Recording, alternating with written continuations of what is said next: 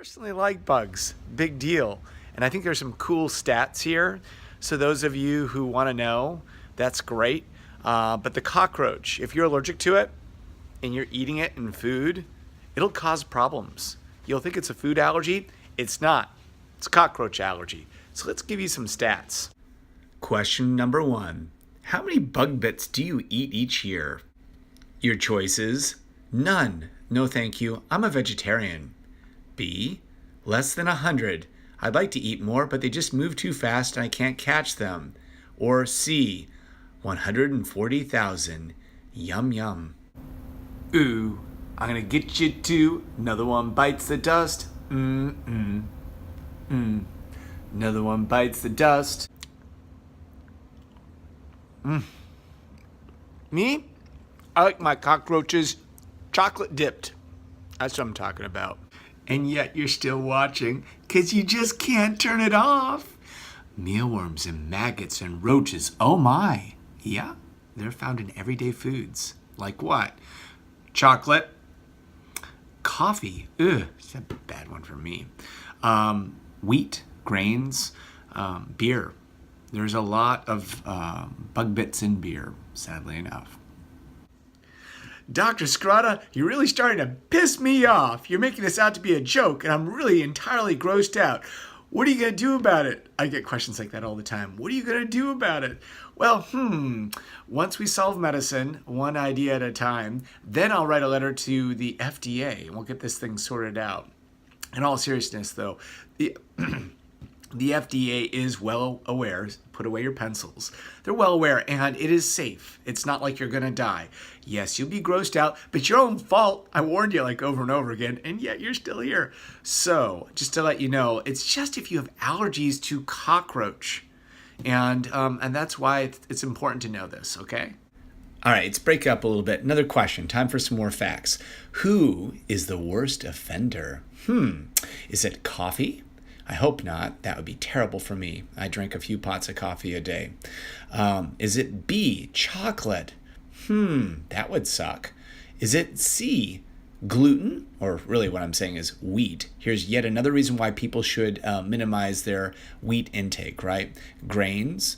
Or is it D, beer?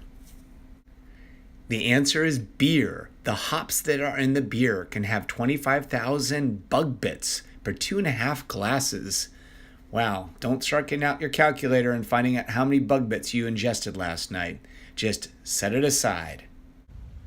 Okay, y'all, I'm done having fun. Where are the pearls? What do we want to learn from this? There's some important pearls. Number 1, if you have a food allergy in general, you can't cure that with immunotherapy. And taking medicines, antihistamines and stuff, ain't gonna work. If you have a cockroach allergy, that's something that does respond to immunotherapy.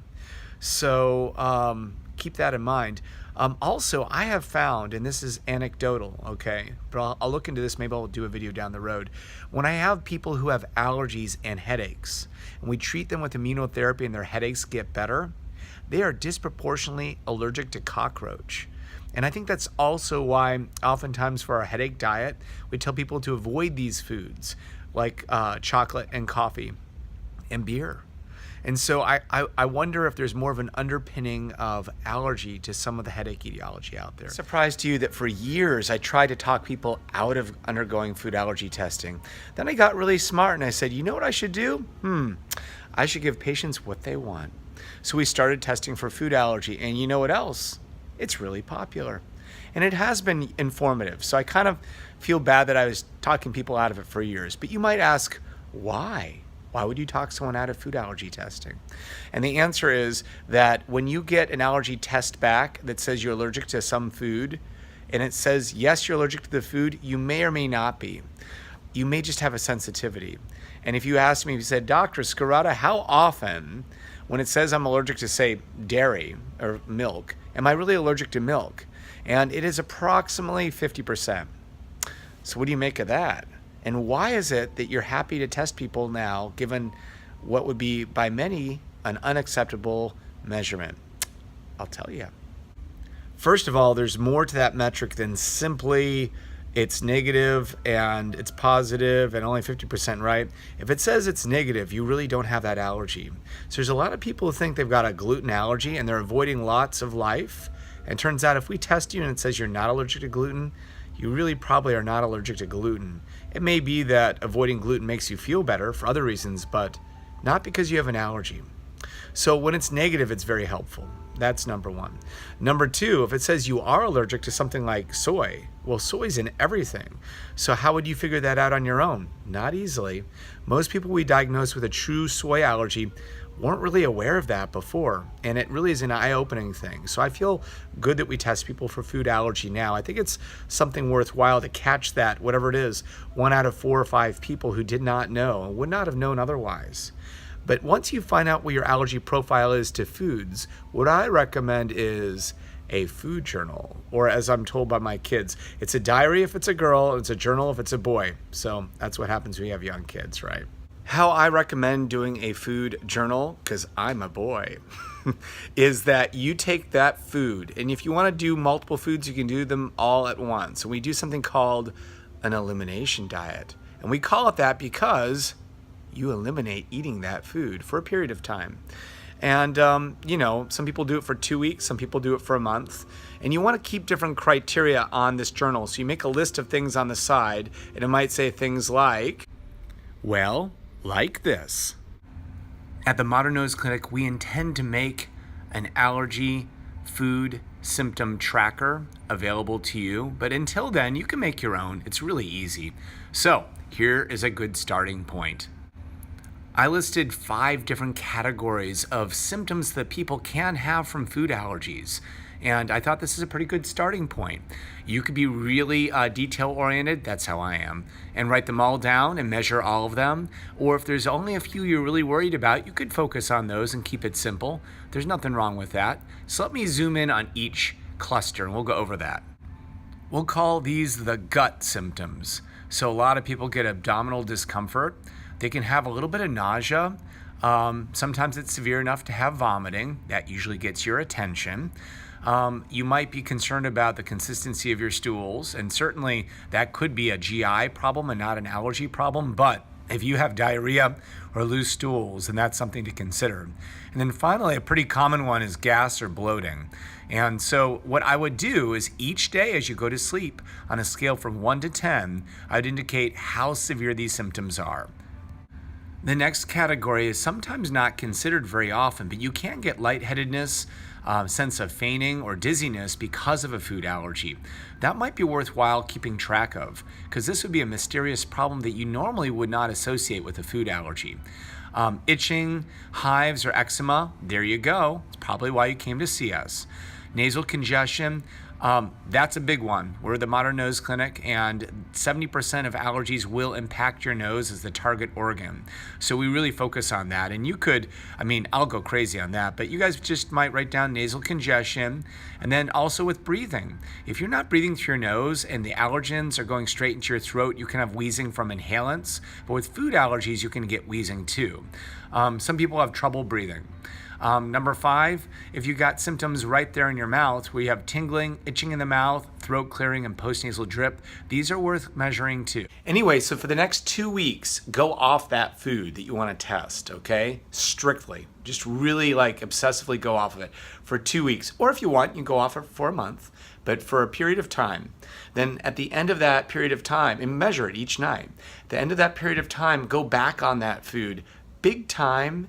So let's say it's milk, and you really miss that Starbucks latte. Well, make sure you have a latte on that day back. Have some ice cream. You go crazy, okay? And then see what your symptoms are. If they don't, you could do that for several days if you like. Some people just go back to normal use of that product. It may not be as dramatic of a difference. You want to measure that for the next 2 weeks. Then you average the results and you see how much of an improvement there is. If you would like, bring your data in. I'd be happy to do that for you. And we can show you what percentage improvement you get by avoiding that food. So that, my friend, is how the Modern Nose Clinic suggests doing a food journal. And finally, the biggest make it or break it of them all, pollen allergy. We live in Oregon because we love the outdoors. And if you're happy to not go outside, that's fine. But I think for most of us, if you've got some significant pollen allergies, avoidance measures are just not going to work that well. I mean, you can do things like recirculate the air in your car, keep the windows rolled up. Don't buy that convertible. Why would you buy a convertible in Oregon? Makes no sense. And you can do things like that, but you're probably going to need to do some extra treatment. More on that next. Your allergy testing is getting almost done, and you don't even know which of these things you're allergic to, but we're going to put these separate little sub videos onto our website. You can go back there and watch these as often as you like. And if you go to YouTube, leave a comment, subscribe to our channel, give us a like. That helps us to make more videos. Anyway, so the treatment options are three. We've been talking all about avoidance because that's the most awesome. If you're able to avoid what you're allergic to, even if you can't completely avoid everything, you minimize exposure. That helps. It really does. The second treatment is pharmacotherapy. And pharmacotherapy is a fancy medical way of saying using medicines. But there are a lot of good over-the-counter medicines, and you can happily use those. We just want to make sure you're using a nasal spray and not Afrin, okay?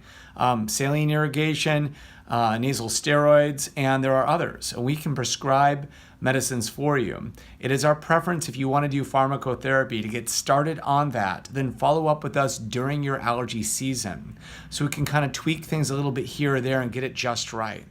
Also, we can answer further questions that are inevitably going to come up. So we'll probably ask for you to follow up again during your allergy season if you decide to go with pharmacotherapy alone. So avoidance therapy, pharmacotherapy, the last, you can go for a cure. I mean, you can go for a cure. And if you're a numbers person, like I'm a numbers person, we've done the calculations. If you actually buy all the over-the-counter allergy medicines and say you're 25, 30 years old and you plan to live say to 90, 95, you'll spend over $120,000. I think I might do a video later. I'll walk through the pharmacy and I'll show you how much things cost and we'll calculate it out. But take my word for it. It sounds like the inexpensive way to go, but if you're willing to commit the next 3 to 5 years to a treatment regimen, we can go for a cure. Not everyone can be cured, but a lot of people can. So we'll talk more about that when you come back for your follow-up visit to review your allergy test results and to put together a custom care plan perfect for you. Dr. Douglas Scarata, Modern Nose Clinic, you survived your allergy test. Woo! And thank you. Thank you for being part of our clinic. Signing off. Take care. We know your nose. On our website, modernnoseclinic.com, we have a video library section where you can explore and learn more. Feel free to share these videos with your friends and family. We want to have highly educated patients. Also, feel free to check out the YouTube channel. Thanks again, Doug Scarata.